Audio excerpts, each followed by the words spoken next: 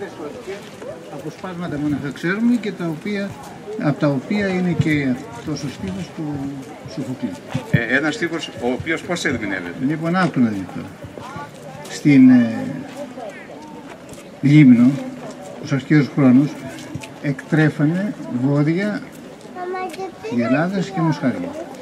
Αυτό το ξέρουμε γιατί ο Όμηρος λέει ότι πηγαίνανε κρέατα. Παιδιά, λέτε λίγο κοντά, γιατί είστε μακριά. Κρέατα από τη Λίμνο, τα πηγαίνανε στην Τρία που ήταν οι Έλληνες πολεμιστές για να τους τροφοδοτούν με κρέατα.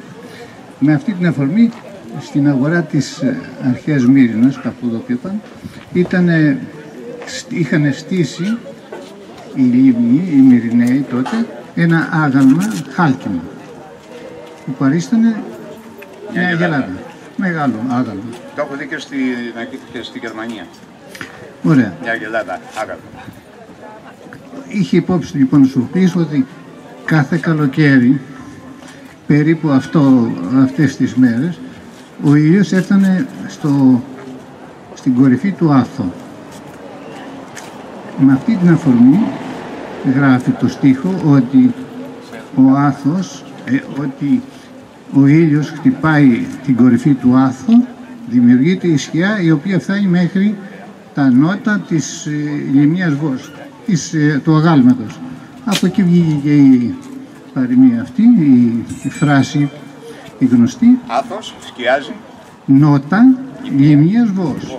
Ναι. Είναι ποίημα, δεν είναι?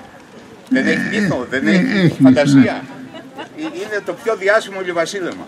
Ναι. Το είπε όχι ο Σοφοκλής, ο τραγικός ποιητής Σοφοκλής, γι' αυτό να μην, λίγα πράγματα έχουμε για τη Λίμνο, τουλάχιστον να μην τα κακοποιούμε. Αυτό γράφηκε γιατί ενέπνευσε τους αρχαίους, επειδή είναι επιβλητικός ο Άθος, είναι πολύ ψηλός και να δείξει το μεγαλείο του. Γι' αυτό το γράψανε. Εξάλλου, άλλοι συγγραφείς αρχαίοι λένε ότι όποιος κατοικούσε στον Άθο, ψηλά στην κορυφή, έβλεπε 3 ώρες πριν να δούνε την Ανατολή, οι άλλοι καθόταν κάτω. Και ο Στράβων λέει ότι ήταν τόσο ψηλό που ήταν το βουνό, η κορυφή του δηλαδή, που ήταν πάνω από τα σύννεφα και δεν είδε ποτέ βροχή. Η κορυφή είναι. Με αυτό το μύθο πορευθήκανε, αλλά δεν σώθηκε όλη αποσπάσματα μονάχα της τραγωδίας.